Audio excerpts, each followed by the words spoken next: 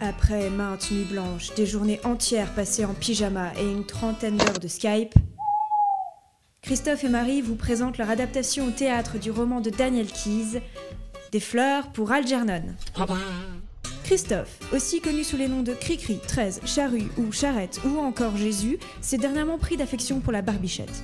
Il aime écouter les petits oiseaux et harceler sa commetteuse en scène avec des animés japonais. Mais c'est vachement bien les animés japonais.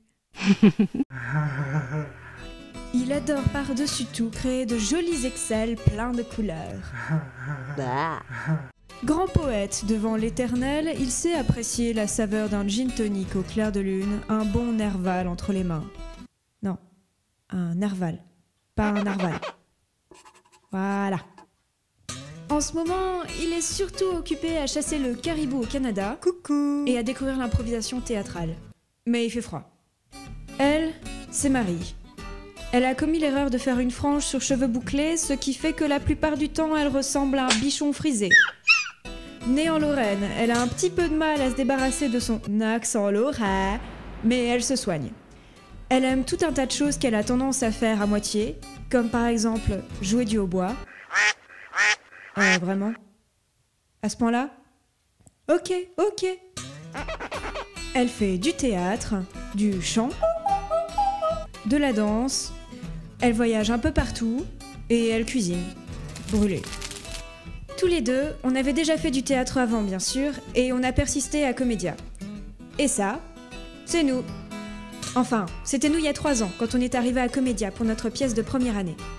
Marie jouait Adèle, une nymphomane en robe rouge, et Christophe jouait Léon, un charcutier spécialiste du boudin aux cerises. On a aussi joué en 2e année dans la pièce Roberto Zucco de Bernard-Marie Coltès. Christophe jouait un flic pas sympa et un mec dans un bar, et Marie jouait la gamine, avec des leggings douteux.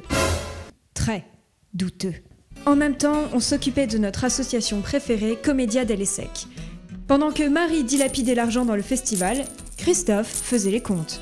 L'année dernière, nos chemins se sont séparés. Marie découvrait les charmes de l'Asie et Christophe dirigeait avec son compère Théophile Combeau une farce morbide appelée Morphine et Morsure. Et puis cette année, nous voilà. On a lu un super livre et on s'est dit « Et si on mettait en scène ?» Et ça s'appelait « Des fleurs pour Algernon ». Des fleurs pour Algernon, ça parle d'une souris.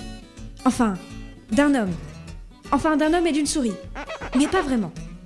C'est l'histoire de Charlie Gordon. Il est sympa, mais pas très futé. Il a un petit boulot dans une boulangerie. Il aime bien travailler là, même si ses collègues se moquent souvent de lui. Un jour, des scientifiques viennent lui proposer une opération pour le rendre plus intelligent.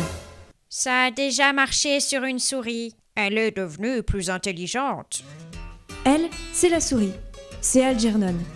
Charlie accepte de subir l'opération et son intelligence augmente. Ça impressionne son ancienne maîtresse d'école, Alice Kinyan. Hey, salut Charlie. Bonjour mademoiselle Kinyan. Charlie continue de gagner en intelligence. Mais quand il revient à la boulangerie après l'opération, ses collègues ont peur. Ils disent que c'est pas naturel et que c'est pas la volonté de Dieu.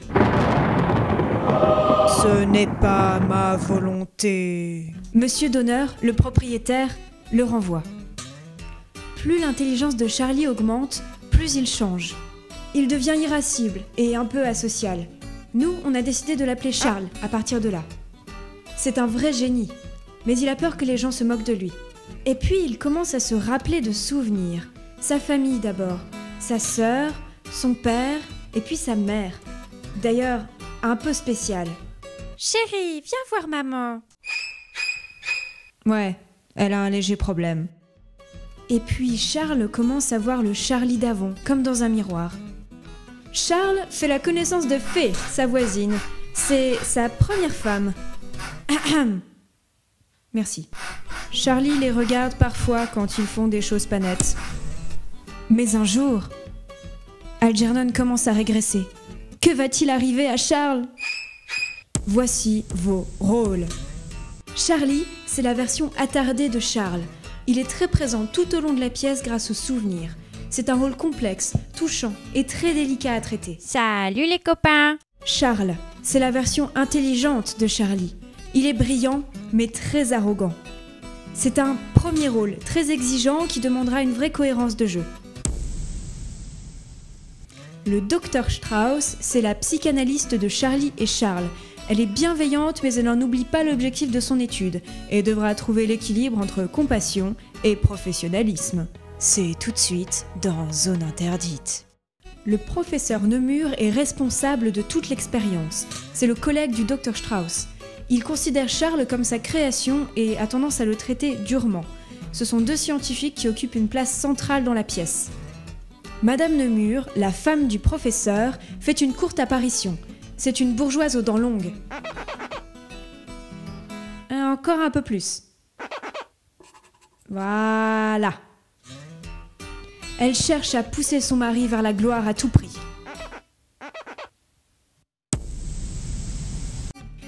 Alice est l'ancienne maîtresse d'école de Charles, puis sa maîtresse tout court. Ça barde pas mal entre eux vu qu'elle a tendance à développer un léger complexe d'infériorité. C'est un rôle important qui demandera une grande finesse pour éviter qu'on ait envie de lui mettre des claques. La nouvelle voisine de Charles, c'est Fée. Elle est complètement dingue et elle a l'habitude de se balader très légèrement vêtue. Elle aime peindre, boire, danser, boire et boire. Monsieur Donner est le propriétaire de la boulangerie où Charlie travaille. C'est un bon bonhomme qui, on l'imagine, aime la binouse et les petits cupcakes roses. Il a toujours été très bienveillant à l'égard de Charlie, qu'il a recueilli quand il était ado. C'est une figure paternelle importante.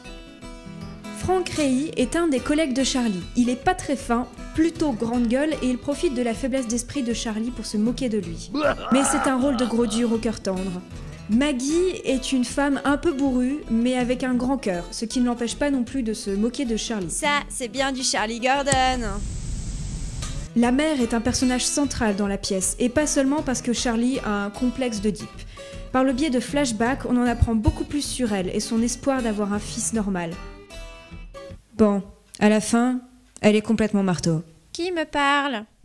Le père, lui, subit les humeurs de la mère et tente tant bien que mal d'apporter un peu de stabilité dans l'enfance de Charlie.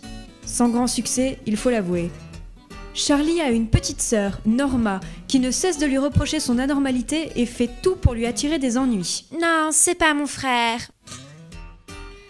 Et enfin, Madame Moni sera la gentille et attentionnée propriétaire de l'appartement de Charles à la fin de la pièce. Charlie, je vous ai apporté des petits gâteaux. Bon, là l'artiste a insisté pour dessiner le portrait de son défunt mari. Sinon, on est très gentils et on vous aime déjà, à part Marie qui est parfois un sale chacal. Si vous n'avez jamais fait de théâtre, ce n'est pas grave. Venez avec votre fun, votre motivation et votre inspiration. Ou pas. Les représentations sont fixées au 30 mars et 2 avril 2015 à l'ESSEC. Des fleurs pour Algernon de Daniel Keyes. Viens passer les auditions. C'est en novembre. Hey, hey, hey,